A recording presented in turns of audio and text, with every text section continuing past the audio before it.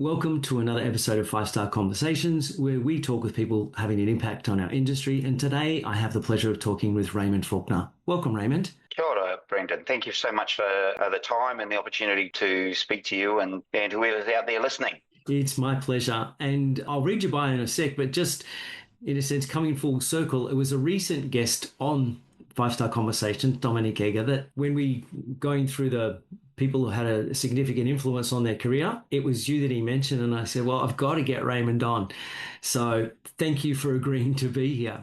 Cheers. Look, I've been very grateful actually over nearly 40 years in hotels to have crossed paths with many people who have inspired me and who in some salient way feel that I've had some connection to them and their careers. And Dominique it resonates with my career. I had a couple of years with Dominique in the mid to late 2000s, and he was an incredible leader.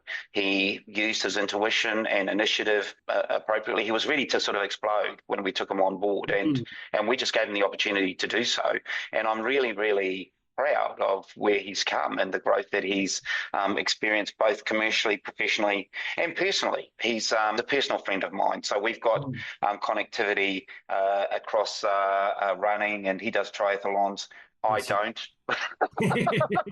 But we talk about, and I do sort of engage in running and cycling, and we do talk to each other about those kind of those hobbies. Yeah. So there's that ongoing connection, and that's probably one of the best things that comes out of hotels, isn't it? The relationships that you have long after the job itself, and it's very rewarding. It is. Oh, no, it's lovely to see.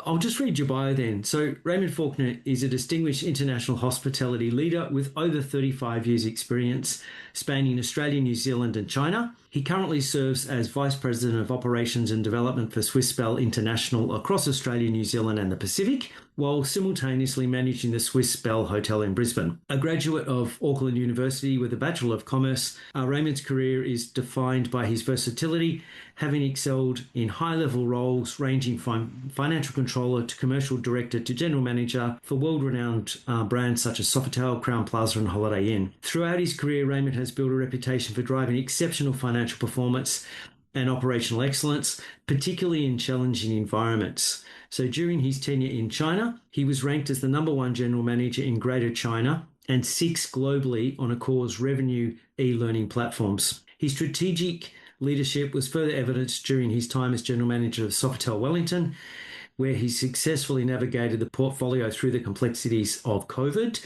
with 0 staff retrenchments while achieving market-leading guest experience and cleanliness scores. So beyond his operational achievements, Raymond is a deeply committed advocate for diversity, inclusion and community service. He served as the Accor New Zealand Cultural Awareness Champion and represented Maori cultural interests at the Accor Pacific Inclusion and Diversity Committee. His leadership extends into the community as a Paul Harris Fellowship Award winner and past president of both the Rotary Club of Hangzhou and Skull International in Brisbane. Raymond's fluent in English with intermediate proficiency in Mandarin, Te Reo Maori, and Raymond brings a truly global and cultural nuance perspective to every project he leads. Welcome, Raymond.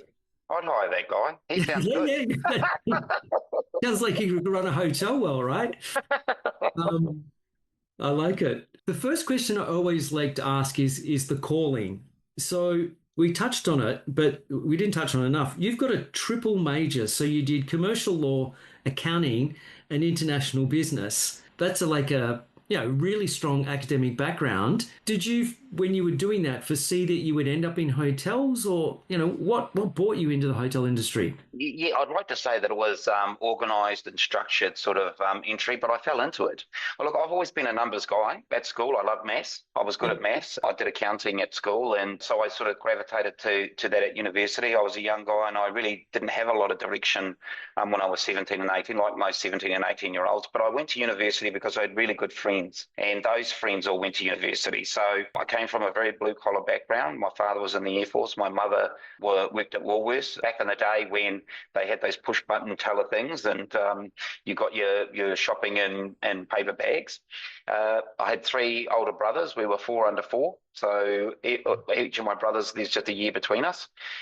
So very blue collar background. I went to Waitakere College, but I was good at numbers, and I ended up with a great group of friends who were also reasonably academically minded. A number of them headed into university, and this is an era when 1986 I graduated from high school. I think we started Form 3, it was called then, with like 340 in our year, and only 12 of us went to tertiary education. That's kind of how things worked back then. And I was lucky enough to be surrounded by some people that went to Auckland University, and I followed them. So I'd like to say it was a calling, but it was really by chance and by circumstance of the people that I'd networked with. And that's a life lesson, isn't it? If you can surround yourself with people that head in the right direction and that share the same kind of ethos and thinking and values as you, then it really fortifies the outcomes for you and your family. So I was lucky from that point of view. I went to university. I needed some money. So I took a part-time job at Sheraton Auckland as an outlet cashier. 2 nights a week, Monday and Thursdays. I would work from 4 to 12. And this is back in the day when there was like 480 staff of a 407-room hotel. IT wasn't a big thing. It was all customer facing. There was individual people. Whole job was just to do checks and seat people. It would be difficult to find those kind of roles in this day and age. Most roles are hybrid. You won't find a restaurant where one person, their only job is just to do the cashiering. Generally, people now, they're all waiters and waitresses know how to do the cashiering. All cashiers know how to do waiters and waitresses. There is no such job as a cashiering. So I took a job as a cashier. I did that for a year, and then they advertised for an income audit role, a night audit role actually. Fridays and Saturdays, start at 11 o'clock at night, finish at 7 in the morning. I'll tell you something about 19-year-olds that work Friday and Saturday at nights, start at 11, finish at 7. You have no friends. So you work Friday to Saturday. The very strong upside, pre-1991 Contracts Employment Act in New Zealand, the money was exceptional. Right. 2 nights work back then, you get $230 or something, and that was a week's pay to everybody else because you've got all these penalty rates for starting at 11, finishing it at 7 on the weekend. Friday became a Saturday, Saturday became a Sunday. Yeah. So I did that for 2 years, and the great benefit about night audit, and I think a lot of people miss this, especially when you're recruiting for that role, is that you literally run the entire hotel, but in little bite sizes of process. So you check people in because from 11 to 1, you're checking people in. You're running the night audit processes and the balance sheet and the banking, and you're reconciling the outlets. You're reconciling all of the payments and the PMS to the accounting systems, and then you check people out. So you literally run a whole hotel, and you get to see the entire hotel process in bite sizes. If you work during the day, in the morning, you might be just checking people out. That's the whole process. If you work in the afternoon, you're just checking people all in. But night audit, working as a night manager, you get to see the whole business in little bite sizes. And you get to deal with some really unique situations, which, fortitude, they create this kind of understanding, and you get to experience scenarios which maybe other people can't, but you get to remember them, and when they happen again in the future, you can sort of remember the solutions that you had around those really unique situations. Cancelled flights, late arrivals, angry guests, inebriated guests, weddings that have turned to custard, the whole shebang, right? And angry wives. You see all of that, and you can take those stories with you and apply them to other scenarios in the future. So I learned a lot from that. And then I went into, I was lucky, the financial controller at the time pulled me into kind of a pseudo financial training program because I was doing finance at university. And so I went into an accounts payable part-time role in my last year at university. And when I was available at the end of my degree, they took me on full-time, and I went through a role in income audit, assistant accountant. And so I learned all of the hotel operations, finances, functions, and workflow over that 3 years post-graduation specifically in hotels, because Mm. of the opportunity I was given at Sheraton. And probably the biggest thing that happened to me in that period was, and this happened a few times. You'll hear a few stories about this. 1991, there was the 1987 financial crisis, and in 1991 there was another financial crisis. And this is back in the day when Sheraton Auckland at the time had 407 rooms, 420 staff or something, 22 in finance, 22. Wow. We had 2 people in IT, 3 people in accounts receivable, 2 people in accounts payable, just 22 in finance. And with this crisis, they brought in new leadership. We had to think strategically, and effectively we took a headcount in finance of 22 down to 13. Mm. And I was heavily involved in that. And it's a difficult time. It's a really challenging, both from a personal perspective, because you're dealing with people, and obviously there's redundancies and displacement. But it also comes down to about how do you re-engineer the business from 22 down to 13. And one of the biggest learnings I had was you just stop doing stuff. You literally go and value propositions and say, what was this doing? And a very good example is internal control systems. So way back in 1989, someone thought it was a good idea that we had these printed dockets with numbers on them. And part of the job for income audit was we were to collect all of the used numbers and put them in order and make sure there were no missing, so that nobody could have taken an empty docket and made up an invoice and maybe got a free meal or used that invoice to make a claim on their tax return or something, so we had to make sure that all the numbers were there. Well, that's sequential. That process was really time consuming, as you can imagine, because there's thousands of transactions a day. Well, we just stopped doing that when you go from 22 to 13. And the impost cost of somebody having a free meal, maybe, we don't know, but just to control that, to stop them from having that free meal, or using a redundant check, officers a check, personally, the cost of that was far less than the cost of managing it.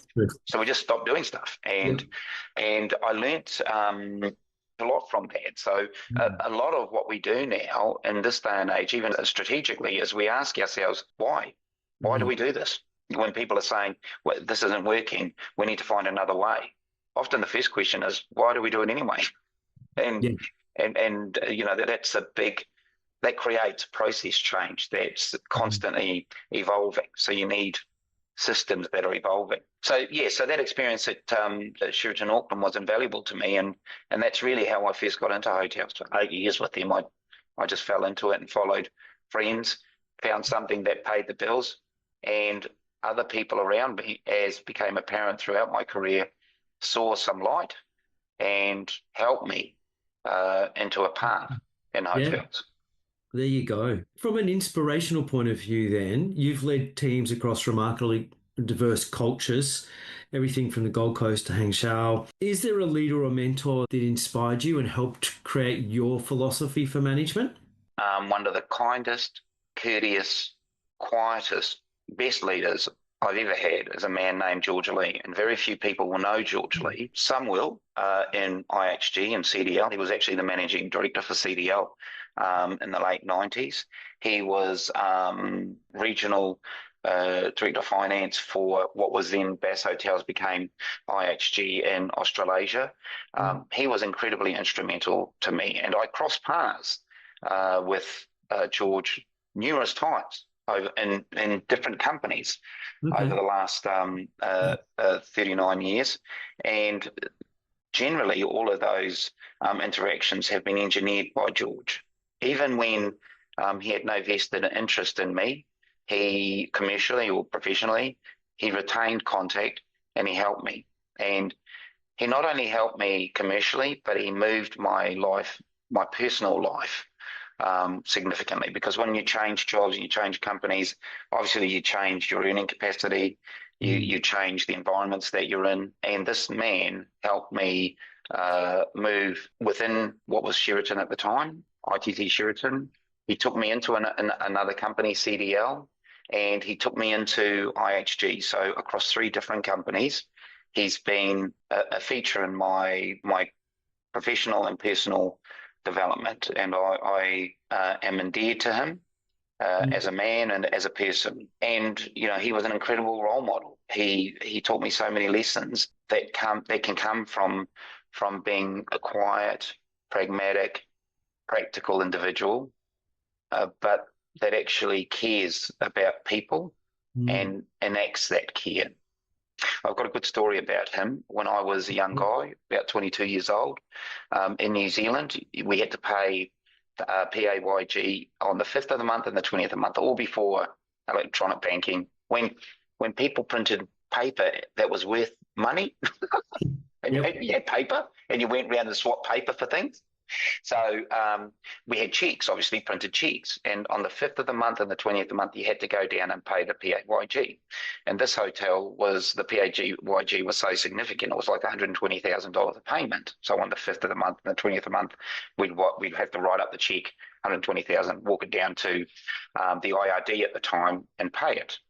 And one day, in order to do that, as the assistant accountant or accountant, I can't remember the role, but I had to calculate, that exact amount, 120,000, and I needed to get that from payroll, and there was a delay in getting that number. And so I called the IRD and said, "Oh, I'm having trouble getting this number together. What should I do?" And the advice was go down the next day and pay it. So that's what we did. We got the full proper number on the 6th of the month, or the 21st. We went down, we paid the 121,000, and a month later we got fined 10%, which was a flat Wow. 10%, $12,000. Yeah. $12,000 for this one era. And we got lawyers involved, and the big guys, our accountants at the time, Deloitte, Touche Tomates, went down and wrote letters, and the response was, the advice should have been just go and make up a number, write a check for 119,000, 120,000, pay that on the 5th, and then we'd only be up for 10% of the difference. They didn't accept that. So the company had to pay $12,000. And George Lee, he stood in front of me with the owner. And, his position was we had done all the work. And whilst this mistake cost us $12,000, the same thinking or lack of thinking or lack of concern about the impact could have caused a $12 mistake. So whether it was $12 or $12,000, it's the same error, the same scale of act. The repercussions are not the same, but the act, the scale of the act is the same. So whether it's $12 or $12,000, the lack of thought is the same. And that taught me a lot. Conversely, people can spend huge amounts of time making a really small mistake multiple times. Yes. That scale deserves a different action too. That scale deserves a kind of a darker action because they're not listening. They're not reading the situation. They're not learning.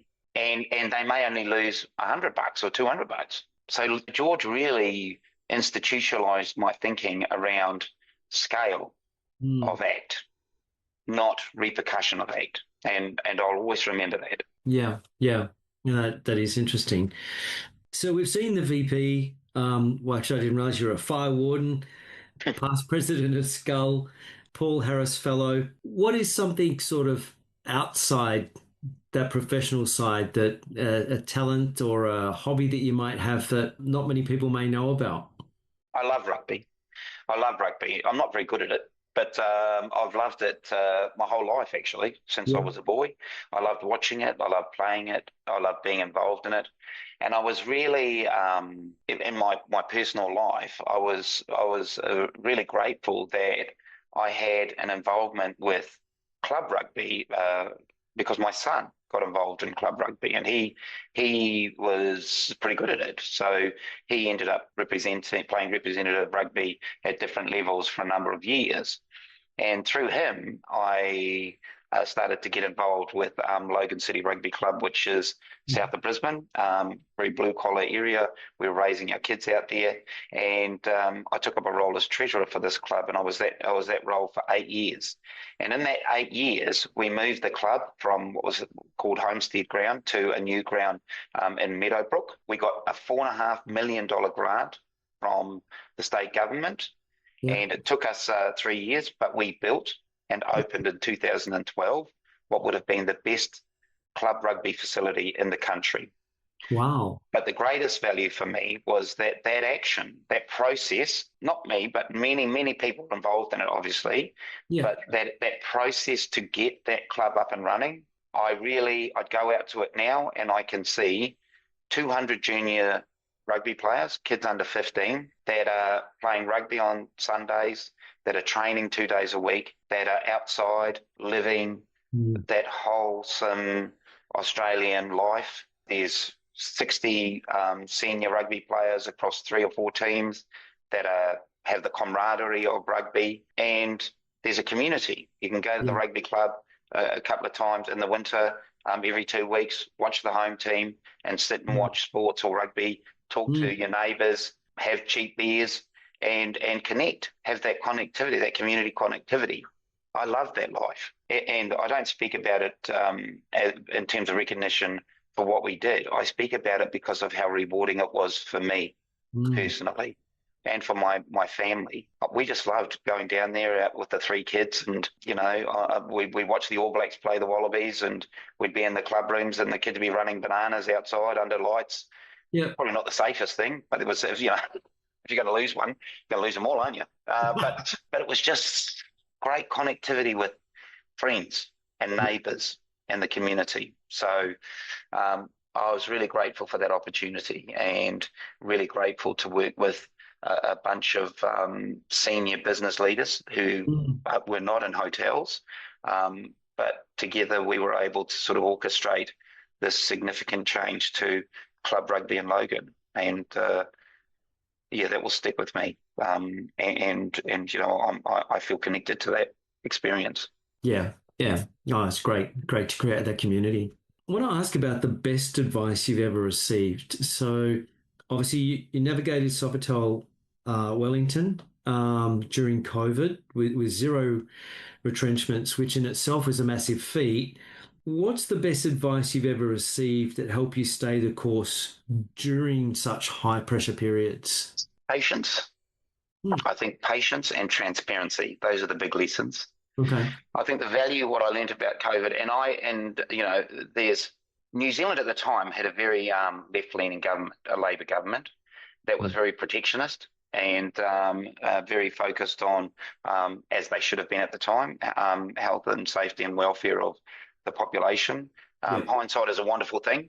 We It now is. know maybe some of the measures that they implemented went a bit too long, but at the time, to call family and friends outside of New Zealand who were not in the same predicament, not able to walk around and go shopping and go into theatres, etc., or watch rugby games live. It was, at the time, it was incredibly valuable and safe Mm. environment. But it also allowed corporate thinking to slow down because there Okay. was government assistance, which Yes. we're still paying for now, of course, New Zealand. But Yep. that government assistance allowed businesses to slow down and think about the decisions they were making. And also there was legislative requirements around consultation, around telling people what to expect and the changes that you were planning. And as an example, we went into this lockdown in March, and we started getting government assistance pretty quickly. That government assistance split your staff into part-timers and full-timers. Anybody less than 20 hours got $375. Anybody between 20 and 40 hours, you got $750 with.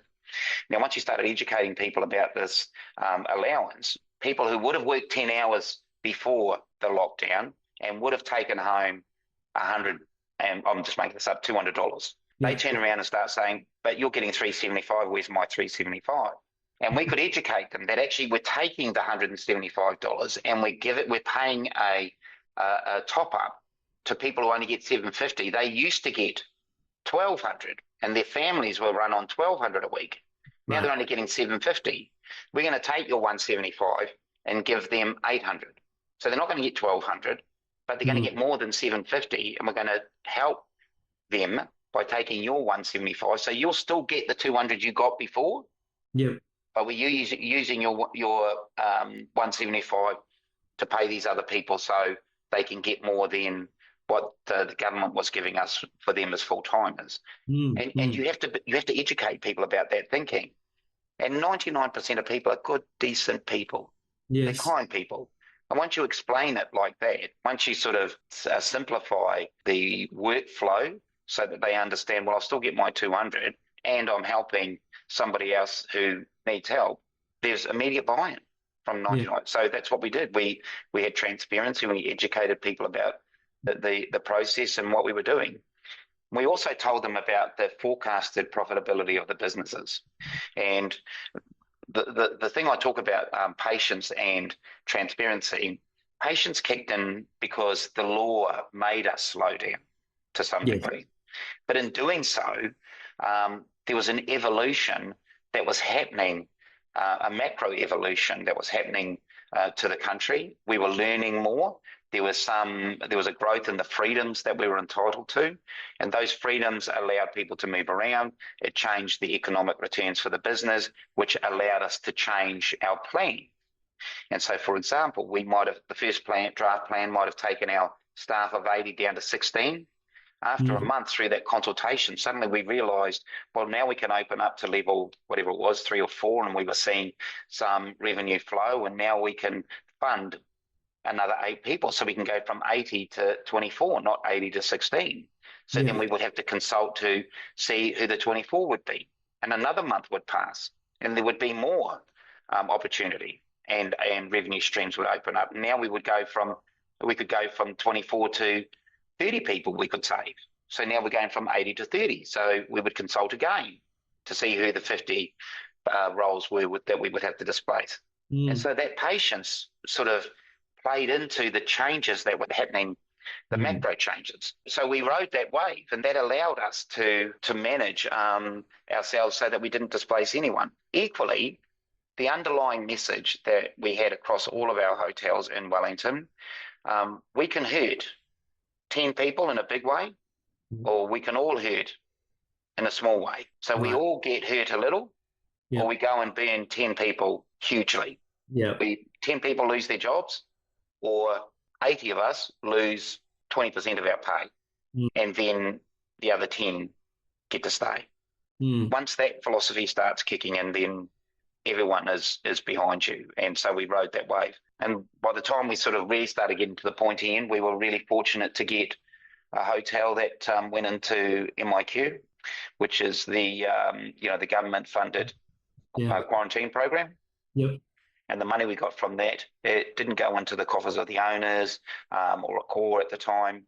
It helped to prop up the other 3 hotels. So a lot of massaging the business Yeah. for the welfare of all. But we all got hurt, but we all got hurt in such a way that no one got hugely hurt. And I think that was probably one of the best outcomes of that whole process. Yeah. That no one lost their jobs, but we all did take a knock, but we came out on the right side of it as a consequence. Yeah. Yeah. That's a good outcome. That's a good outcome. I just want to ask about technology.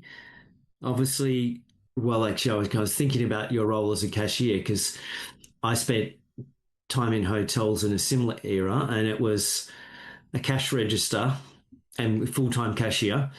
My wife, I met at hotels. She was a part-time cashier. And then I did time on night audit as well. So I know we had computers, so to speak, but they weren't really computers back then, were they? There was still a lot of manual process. So you've seen a lot of change and you've spent a lot of time in China. Is there a particular technology that you saw introduced that you thought, this is fantastic. It's a good positive change, I suppose, both from a team point of view and maybe from a guest point of view? Yeah, look, I think the biggest thing I learned in China is I had to have a cultural shift in my thinking, Mm. obviously, because it's a completely different culture. The golden rule about living and working in China for 8 years is you leave your values at the door. You're up there following the money. And as a consequence, you have to sacrifice some of your thinking and some of your ethos. Okay. And one of the big changes that you have to come to terms with is the recognition of personal privacy.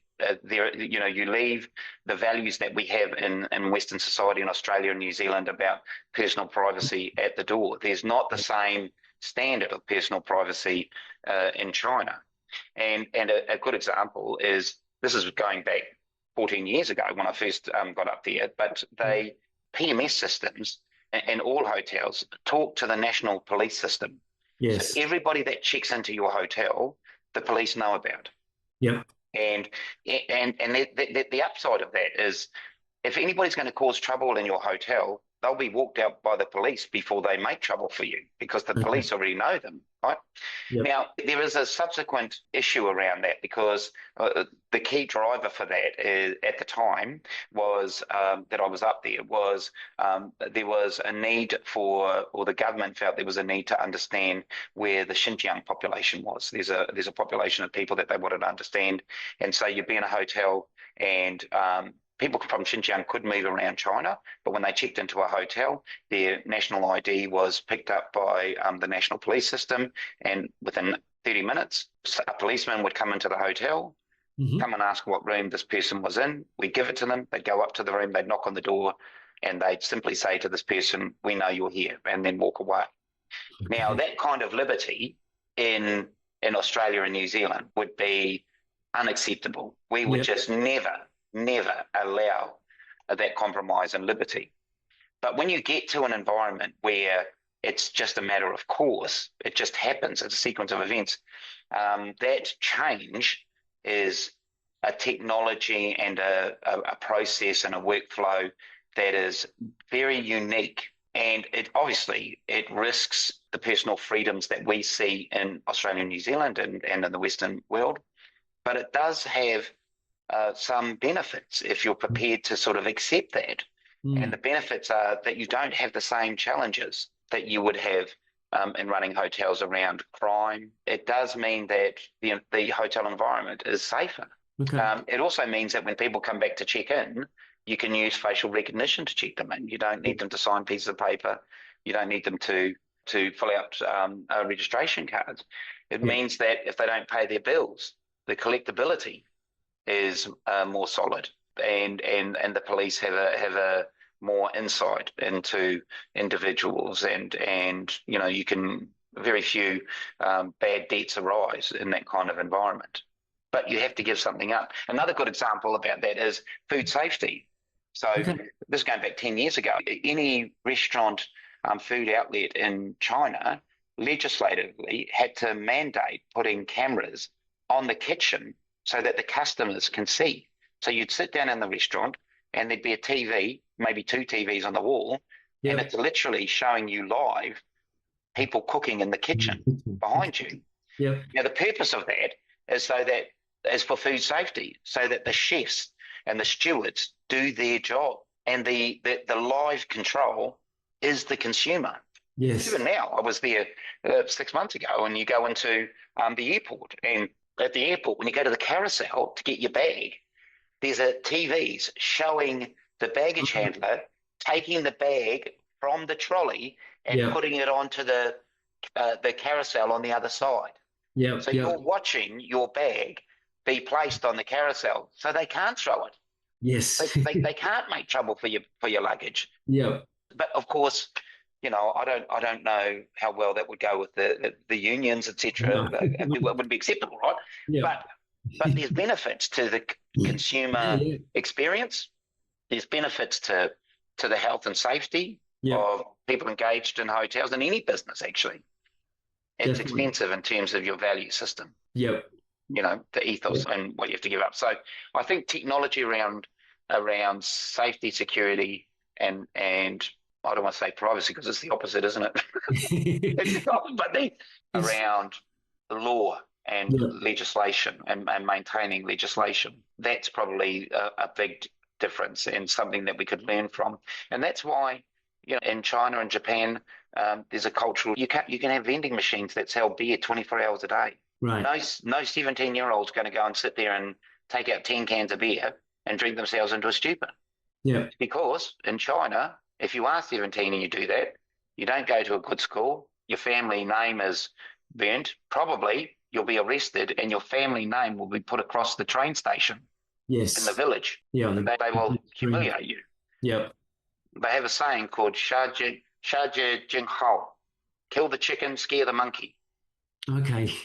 So it's a big part of their culture lead, but we call it lead by example, but the other way. It's, Yeah, I know. I like that. kill the chicken, scare the monkey, charge it in whole. There you go. But it's a pretty dark way to sort of, run an environment, run a country, but it works for them. Yep. If we look ahead, so I'm always like to say, like maybe it's 2036. What do you think a five-star hotel room might look like by then? Are we going to see, we talked about it. I remember giving presentations in 1999 that rooms would almost be space age. Well, we're not there yet, are we? Well, actually, I think we are. Yeah. 6 years ago, I was in Hangzhou, and Hangzhou is the home of Alibaba. So Alibaba has this huge campus. Jack Ma, he's sort of lives near, I think he was our neighbour actually. He bought some houses or something next to Shiku, Westlake. But the big campus out there, they built their own hotel. They had this kind of Alibaba high-tech hotel. Had robots, had facial recognition check-in. You went to the room, your phone connected to the room. So you played music, it came out of speakers in the walls. The lighting system could be controlled by your phone. When somebody called you on the phone, you didn't have to answer the phone. You just had to say answer, and you started talking to the walls like you were in the phone. So that technology was there. Robots, you ordered room service, it came up and delivered room service. And so all of that technology was there 6 years ago. And I have no doubt that it has expanded in terms of its application in China. So I know that technology exists now. If anything, we're behind the eight ball. If anything, New Zealand, Australia, technologically, there's advances that are already engaged in countries like China and India that we should be adopting to eventually. Yes. But they're already there.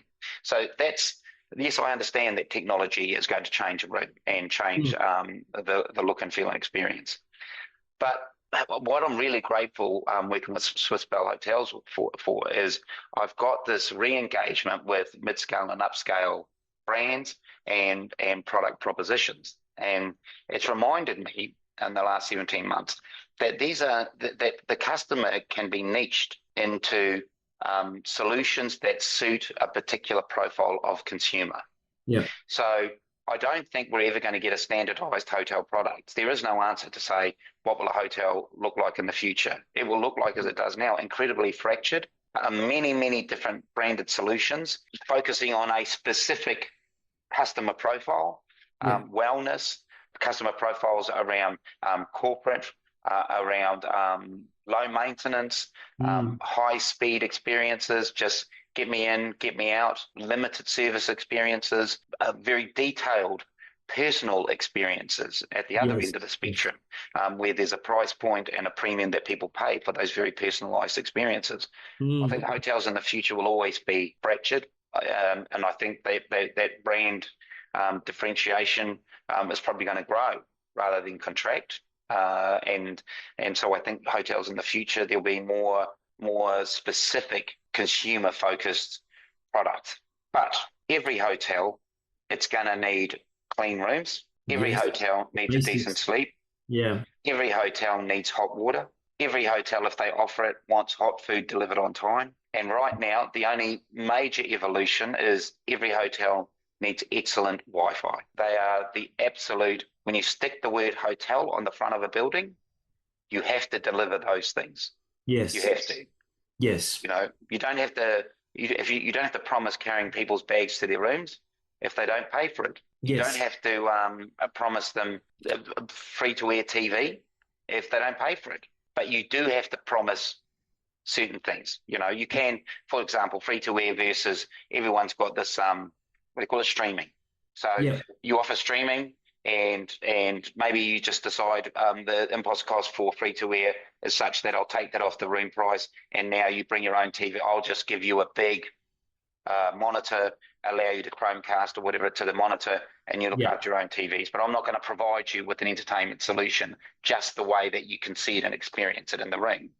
Those solutions, and that's interesting, isn't it? That now we've literally got a choice to take away TV. We can do that. It's gone the other way. We can sort of, in a product, say, we're not going to give you TV, but we're going to give you a channel to show your own TV, to take your phone and put it onto the wall, or put it on a TV. But we've taken away an offer that would have been considered standardized Many 20 years years ago. ago. Yeah, Right? well, Technology has allowed us to do that. one of the big selling points as you drove along the highway was, TV at the motels. Or, yeah, Foxtel or Sky Sport. Yeah, they were the differentiations that motels used to put out there. I think you're right about we're probably going to see even more fragmentation because as we see with the lifestyle hotels now, we're in a world where personalization is becoming more prominent. People want things tailored specifically to them. I was at a skull lunch yesterday, actually, here in North Sydney, and there was a lady, she was on a panel, Lisa Bagato. She runs a very, very niche travel company that goes to destinations PNG, Middle East, Kazakhstan, places that only, and small groups, a dozen people. And as she said, it's people that just want to experience the culture. And that's something that's very different from a few years ago. Like I think we've gone from package tours still exist, but people now want to see something different, rather than the same. And that's when they stay in hotels. We've now got a whole genre of lifestyle hotels where people want to experience what it's like to be in a hotel in a particular area of a city rather than being in that traditional, box hotel where if you didn't open the curtains, you could be anywhere in the world, because they look the same. So, But there's accommodation. There's been a maturity in accommodation. I remember, you'd watch American TV shows in the 80s and you'd see people going into hotels and you go, wow, that's so, or flying regularly, and you'd go, wow, to fly every week, wow, that's amazing. yes. What a rich and evolved environment that must be. Actually, we all jumped on board with that now, right? We all evolved into that sort of environment where travel is a commodity. And to some degree, accommodation is a commodity. It's a means to an end. And Mm, so, what I really like about mid-scale properties is that you're providing a product that is a solution to something else that is necessary, or that is the guest's sort of purpose. So, people that are coming for a wedding because the wedding is close by, but they need accommodation to go to the wedding. People are yes. coming for work or for a conference because the conference is close by, but they have to stay somewhere. So it's a Mm, commodity, and you can tailor a product based on that understanding, based on that solution. So they understand it's a commodity. They don't want all the rings and bells, but they want a safe room, they want a clean room, they want a good night's sleep, and they're happy to pay for it. But they also understand that at a price point, they're giving up. People carrying my bags, the hours of operation for a restaurant, minibars in rooms, maybe even the standard of the bathroom amenities. Lots of people yes. travel with their own bathroom amenities, and they'll see the discount in the room rate and accept that, Mm, or the offer that's in the product, in the hotel product. So I think there's a really big space for that, and there's just more and more use of it in terms of the maturity of the market using hotels. mm. This isn't just for rich people anymore. No, that's Everybody from any background yeah, is using hotels as a commodity for a purpose yeah. that may not be related to the hotel itself, and Yes, and we need product for that. that's true. That's very true. Raymond, you've been a champion for Indigenous welfare and cultural awareness in Queensland. What is your ultimate hope for our industry? How can we better integrate and celebrate local culture in the years to come? Ko maua o tuku maunga, ko tauranga tuku moana, ko ngai te rangi tuku iwi, ngai tūkai rangi tuku hapu, ko te hongongo toro o tuku marae, ko Raymond Faulkner tuku ingoa. So my mountain is the mountain of Maunga, mountain of Monganui. Now, I come from the oceans and seas of Tauranga. On my father's side, my tribe is Ngai Tarangi, my sub-tribe is Ngai Tukarangi, and the whenua I come from is a place called Te Hongo Toro Marae. That's the land that my family whakapapa genealogy comes from. Why do I know this? I know this because kaore hau te mo te reo Māori. I don't speak fluent Māori, but I was privileged to go back to New Zealand for 4.5 years, in 2020 to 24, and through Accor and their Work Your Way program, and the very courteous leadership of one Gillian Miller, I was allowed to go to night school and attend on Fridays what is a university, a Māori language, Te Reo Māori university, wānanga, and learn about myself and learn the language and learn about the culture. And it was incredibly enriching for me because, you know, I spent 20 years overseas outside of New Zealand, and every year there seemed to be a calling back to the land, to the place. I'd go home twice a year back to New Zealand, but it just got stronger and stronger and stronger.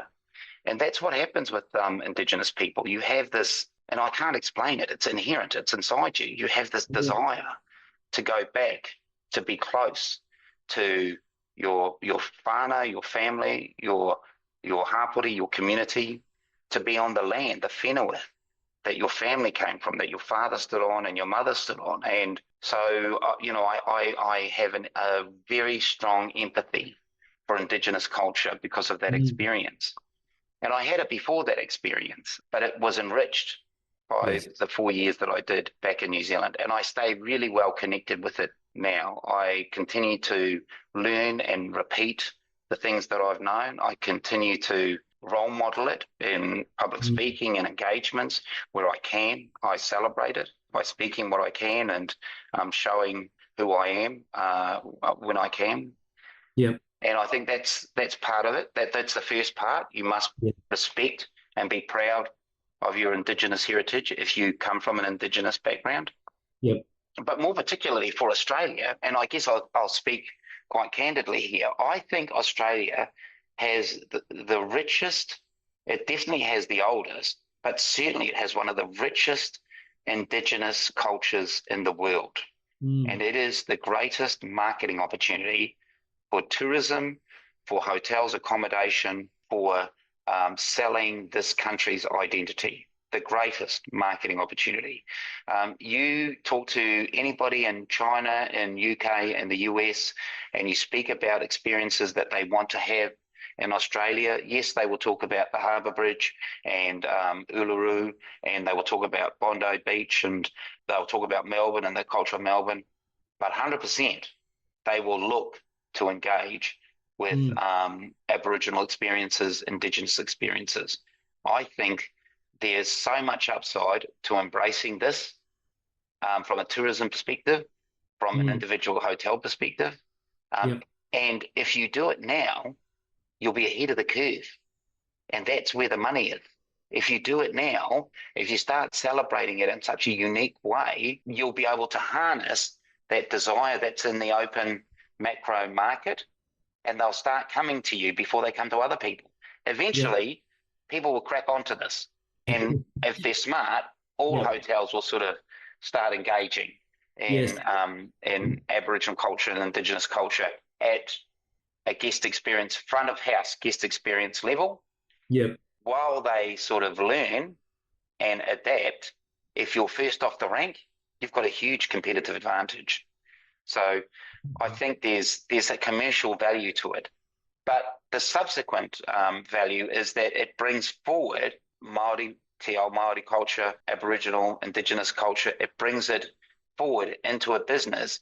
And the more that people engage with it, the less afraid they are. The unknown is what creates uncertainty. But the more people engage with it on a daily basis, on a regular basis, the less concern they would have with engaging it. So it's frequency. The more we do it, and New Zealand's a great example about how, you know, in the 80s, it's a terrible story. I think we're the culture my age. We're the ones that nearly killed it. We're the ones that said, "Oh God, this is not helping me to be Māori. I need to forget it. I need to sort of embrace, you know, the European sort of way of thinking. Otherwise, I'm just going to be left behind. It's not going to help me." And we nearly killed it. And since the last 20 years in New Zealand, it's just come so far where it's so ingratiated into the daily life of people. All signs, most signs there are dual language. People speak Māori on TV and with the news. Most sort of representations in schools, etc., have a very strong representation around Te Ao Māori. They really role model the value of bringing it forward, and it Yeah. connects people. It connects the community, and I think it's got the potential to do that in Australia. Absolutely. Yeah, I think you're 100% correct. Yeah, it's got me thinking. The very last question I always like to ask, obviously from a young commerce graduate looking at hospitality industry today, what advice would you give somebody who's just starting their career to, make sure it's as diverse and as impactful as yours has been? Yeah, it's a difficult look. I understand the thinking. I've raised three kids, and it's really funny now. They're all adults, and even they turn around now and say, "Oh, it's really difficult dealing with the younger generation." So they go, "Oh, these are people in their mid-30s going, oh, we got trouble with the social thinking of people in their kind of 20s." So we're dealing with this. So there's that kind of thinking that generationally, the expectation is changing, right? So my kids are saying there's not the fortitude or resilience in a younger generation, and we were saying the same thing about them. So I kind of think that just with age and maturity and experiences, there's going to be this evolution of individuals. And certainly I've seen it with my own kids. For example, the way that they think now is not the way they thought when they were 18 and 19 and 20. I think when they were 19 and 20, they thought they were not left-leaning, but they understood that there was a need to look after the community and engage in a more socialist sort of thinking. But as you move through life, you sort of understand at the end of the day, paying taxes, being a good corporate citizen, being a good citizen and following the law, that is also supporting the wider community. Roads and buses and trains and airports, they're built through tax. And how can I help that? I can just live a good life, pay my taxes, raise my family and my kids, pay all my bills the way I should. That is a contribution in and of itself. But they learn that over time, and they may not have that thinking at when they're 20 or 21. So give them time. Yes. Don't be embittered by their thinking today. Yep. Because over time, by experience, and sometimes it's hard-learned experience, but they will eventually find their way to understand that their contributions can be aligned with the contributions of older people. So give them time. And the other thing is you have to move. You have to travel. You have to change jobs. And it is a huge sacrifice. But if you want to move ahead in any role, you need to consider moving location, moving companies within reason, right? I don't think it's smart to move companies within a year, but no. I don't think you're doing yourself any favors if you stay at the same company for 30 years. Yes. I had a great leader. His name was David Brown. Actually, I've had a number of great leaders. David Brown, Greg Cox. They were significant mentors to me. And I was really lucky with David Brown as my regional GM when I was here in Brisbane because, I said to him at that time I had young kids and I needed to stay grounded. My oldest son at the time, when I started at this hotel in Brisbane, he was 9. He'd been to 6 schools as a 9-year-old. And my wife had said, look, we can't do this with the other 2. And so I had this conversation with David. And David said to me, look, Raymond, you can stay here as long as you want, but I don't want you to stay here for 8 years and do 8 of the same years. Yes. You have to do 8 different years. So I can bring somebody else in to be different, or you can be different. So the thinking is don't be tied into your a regimented process of thinking. Yep. Always be open to change, always be open to new ideas and new ways of working. Yep. Constantly challenge yourself and the way that you do things and your own thinking. Constantly challenge yourselves.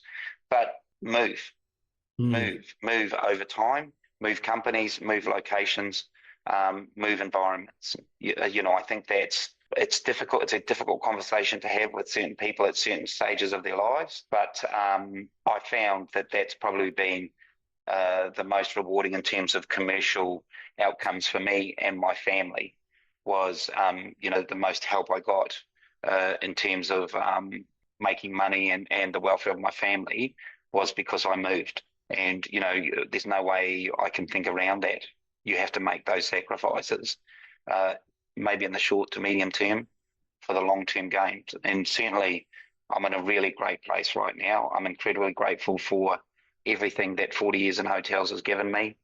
I've got a really great environment and lifestyle and role, but that came because of choice and Mm. sacrifice and because I moved. But it Yeah, also became because of George Lee and David Brown and Greg Cox and a whole lot of other people that really helped me at critical times. that's lovely. I like that. Raymond, thank you so much for your time today. It's been an absolute pleasure chatting with you. Thank you. I'm really grateful for the time, and to anybody that's listening, my very best wishes for your investment in hotels and technology. Look after your family. If you look after the people around you, that will look after everything else. If you look after your family and make decisions around the community that you're in, then your actual returns from your career and your life will be much greater. So that's my parting message. Thank you so much, Brendan, for the opportunity. Thank you, Raymond. It's been an absolute pleasure.